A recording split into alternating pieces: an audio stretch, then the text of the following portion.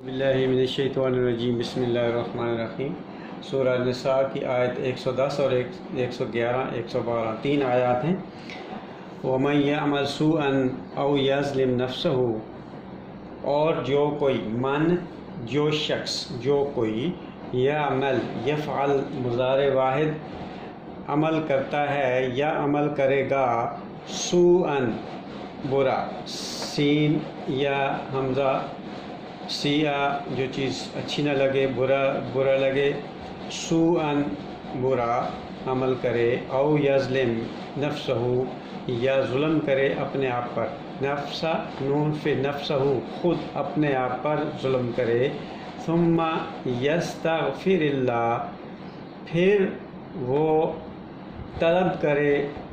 حفاظت، غفرت مغفرت طلب کرے،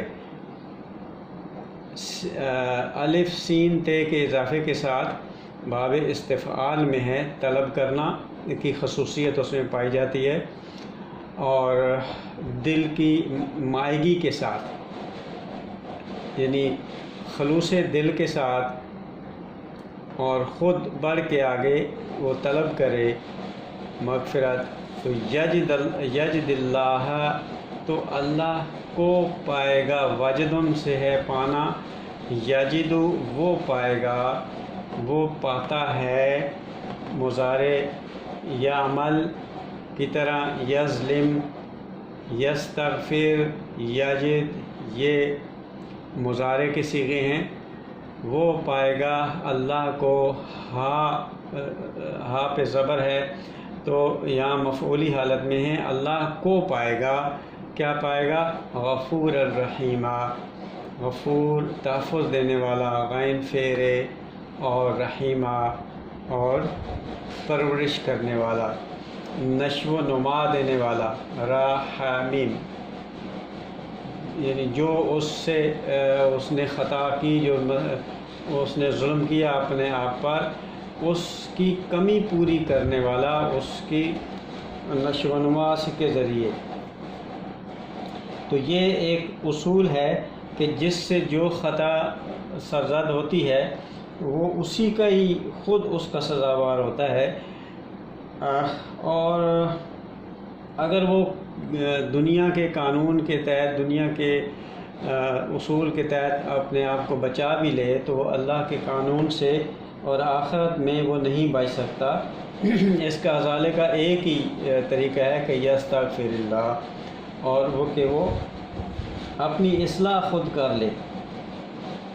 تو اگر یہ ایسا کرے گا تو اس کے جرم کے مضر اثرات سے اس کی حفاظت اس کو مل جائے گی، اور تمہاری ذات کی نشو و نما کا مزید سامان بھی، رحیمہ وہ بھی مل جائے گا۔ تو وَمَن يَكْسِبْ إِثْمًا، اور جو کوئی، یعنی دوبارہ یہ سن لیں کہ جو کوئی یکسب کماتا ہے،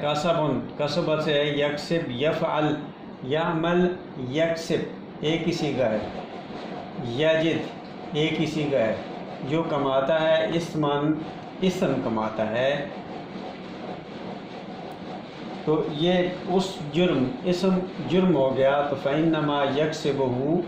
پھر بے شک جو وہ اس نے کمایا، یکسب وہ کماتا ہے، اس کو، اسمن کو، اسم جو کماتا ہے، جرم جو اس نے کیا کمایا، علی نفسہ وہ خود اس کی ذات پر ہے، یعنی اس کے اثرات اس کی ذات کے خلاف ہوتے ہیں، اور وکان اللہ علیما حکیمہ، اور خدا کا یہ قانون ہی اس کے اثرات کو زائل کر سکتا ہے۔ اللہ ہے، وکان اللہ ہے، ہاں پر پیش ہے، فاعلی حالت میں ہے، علیماً علم رکھنے والا، حکیماً اور حکمت والا ہے۔ وَمَن يَكْسِبْ خَطِيئَةً أَوْ إِثْمًا، اور جو کوئی کماتا ہے، یہ کمائے گا، خطیئۃً خطا ہو جانا، یعنی نشانے سے کوئی بات چوک جانا، یعنی جس کی طرف حکم دیا گیا ہے اس کی بجائے کسی اور طرف چلے جانا خطا کماتا ہے، او اسمن یا کوئی جرم کرتا ہے، ثم یرمی بہی پھر وہ را میم یہ رما یرما ہوتا ہے پھینکنا مارنا، بہی اس کو، یہ جو اسم کما رہا ہے وہ اس کو پھینک دیتا ہے، بری ان ایک بری کی طرف، بارا حمزہ بریون ہوتا ہے، بارا حمزہ کے بنیادی معنی ہیں کہ وہ چیز جس کا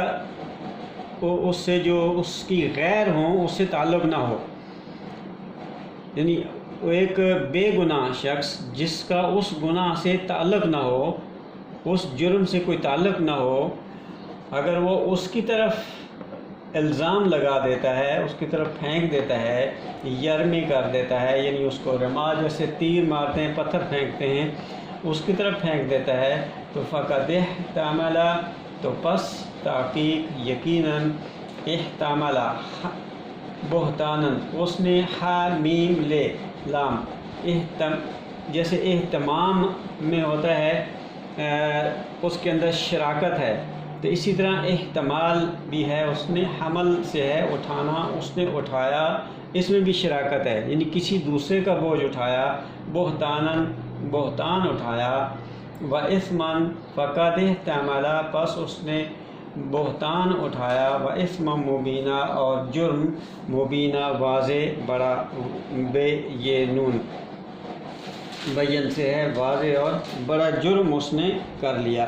تو یہ بنیادی حقیقت یہ سمجھنے کی ہے کہ جو کوئی شخص جرم یا خطا خود کرے اور دوسرے پہ بے گناہ کے اوپر تھونک دے تو یہ بجائے خواہش کتنا بڑا جرم ہے، اس طرح اس نے اپنے اوپر دوہرا بوجھ لاد لیا، ایک تو اس جرم کا بوجھ جو اس سے سرزد ہوا وہ خود کیا، اور دوسرا جو اس نے بہتان دوسرے شخص پہ لگا دیا، تو یہ اس کے اوپر دوہرا جرم ہو گیا، دوہرا بوجھ ہو گیا۔ صدق اللہ العظیم۔